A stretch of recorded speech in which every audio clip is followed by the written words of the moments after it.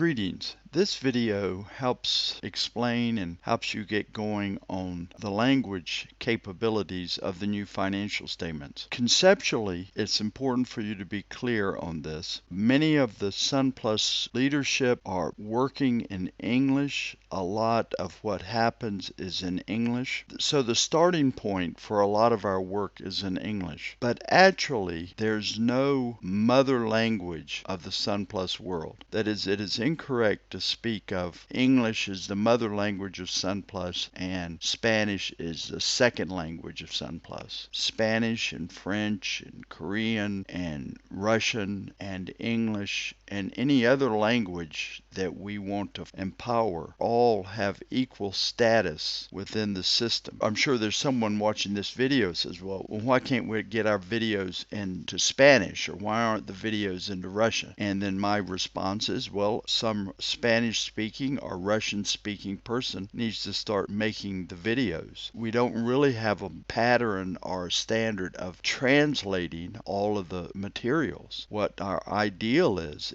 for people who speak the language to make their own instructional videos showing people how to do things. That is a perfect example of the way the network needs to work. If you're multilingual, you can watch one of my videos, but then make your own. If you're very dedicated to this concept, we'll do everything possible to enable you to be able to start making your own videos for your language. We're not trying to pay for a bunch of translators to get things into different languages. We want people who are native speakers to prepare training videos for people in their language. But like I was saying, there's no mother tongue of SunPlus, or at least there shouldn't be. We're trying to avoid that image. My preference would be for all the materials and all the functionality working equally, no matter what language we're in. English has gotten a head start, but there's no reason that the other languages cannot catch up. And so for that reason, and this is very important for every English listener here, is that everyone must import the language dictionary. When you downloaded the financial statements here, you also downloaded the language dictionary. Everyone needs both of those, the regular financial statement and the language dictionary. The language dictionary name is something like multilingual financial statements in English, French, and Spanish, and other languages will be there, and we will get any language organized. If you are dedicated to working with us on the translation, we already have work in process for Korean, but we will do Swahili. If you are interested, that's another huge user group. A lot of people may have laughed when I said Swahili, but actually huge swath of Eastern Africa is using our financial statements and would love for it to be in Swahili. And we're going to see that it's really cool the way this multi-language functionality works. But the main point is that every implementation of the financial statements has to include the language dictionary import. You may have a nicely working financial statement and want to import the latest language dictionary. So I can easily imagine when we start implementing these financial statements in the Spanish world, perhaps people will start objecting to the way certain things were translated, and we will immediately change the language dictionary, and all users need to do is to import the latest. While I'm on that subject, let's make sure we're clear on this, that if you object to the way the language appears, don't root around here and change the language. That's sort of a selfish and self-centered and internal thinking. Let us know what needs to be changed. Let us change it in the language dictionary and get you a new dictionary. If you'll let us know right away, we will change it in the original dictionary and we'll get you a new one, and you can import it and your wording will be there. If you don't like the way wording is coming up here in your language, let us know and let's get some consensus on the right wording for your language and get you a new language dictionary. And you just import it again like you're going to learn in this video. It only takes 2 minutes and it will update your financial statements showing the improved language. The importing of the dictionary is very simple. Everyone has to do this, even English speaking people. They come to edit and the dictionary, and you could see here, I'm clicking Spanish, that we don't have any Spanish language in here. We have some English. The English that is in here is just sort of a placeholder. It is not what will show up on the financial statements, not until we import import the English dictionary. And when we import the dictionary, all of these languages that we've prepared already, English and French and Spanish, will come in, and we're soon going to have Korean. We have a place for Korean, and we're working on that. And we will do any other language or any other language group if we have a dedicated person who will sit and do the translation. It actually isn't that hard to do the translation if you know the language. It's not that much translation work to be done. So to import the dictionary, we've come over here, we clicked on edit, clicked on dictionary, got to this point, and then it's a little bit obscure where we go because we go to backup. I'm just teaching it, I'm not designing this, but under backup we have the import export functionality as far as I know. So you will never use the export, but we will use the import. Click on the import tab, and we want to delete the current codes before importing. So that's an important one to check. Delete the current codes before importing. Then we sit here and we navigate over to wherever we saved the file we downloaded. When we downloaded this from the financial statements group in Yammer, we downloaded it and put it someplace we could easily find it, and we click on that file and we're ready to import. And it says, do I want to and continue importing? I say yes, and it's very quick. Say that. There we go. The import is complete. And now if we click over here into Spanish, we could see that we're getting Spanish words, and the Spanish translation is there. I'm just showing you this. It's not needed for you to know anything about anything else. We don't want you coming over here and changing the translation. We want you to let us know what errors we have in the translation or the wording, and us change the import. And you would just do the same process again with the new updated files we provide. You see, but we have a French in here,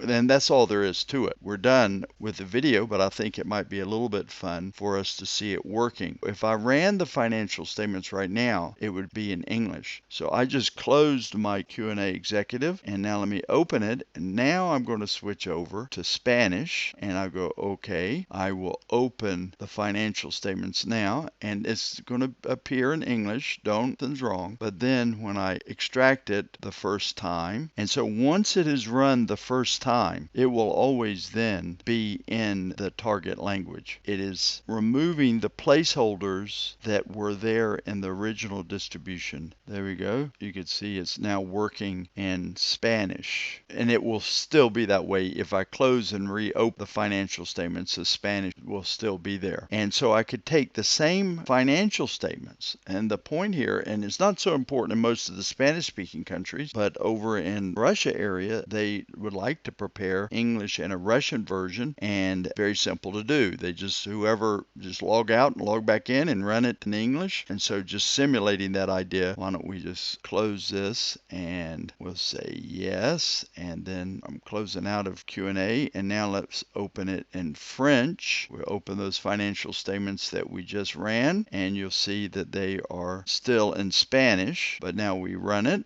And the beauty of having it done this way is that we could prepare financial statements in the various languages of our board members, and they're looking at the exact same numbers, but with their language there. So I could imagine in the division office there in IAD, they could, for the division board, they could prepare them, and since they have 3 languages in that division, they have English for the islands, and they have Spanish for Mexico, but they also have French Union. They could prepare it in all 3 languages by just simply running it, and it's going to be the exact same numbers each time. It's a very simple little process. We went to the edition and went to dictionary, and somewhere there's a backup, and we imported that baby in. There we go, and we imported it right there, navigated to the file, clicked right over it and imported it, and the language dictionary is in there. And again, I hate to be too repetitive. Don't change your language. If you don't like the language, let us know and we'll change it. Immediately send you another language dictionary, and you can import that, and that way everybody in the world will benefit from your wisdom about what the right language ought to be. So I will say, let me just say goodbye. Thank you for listening.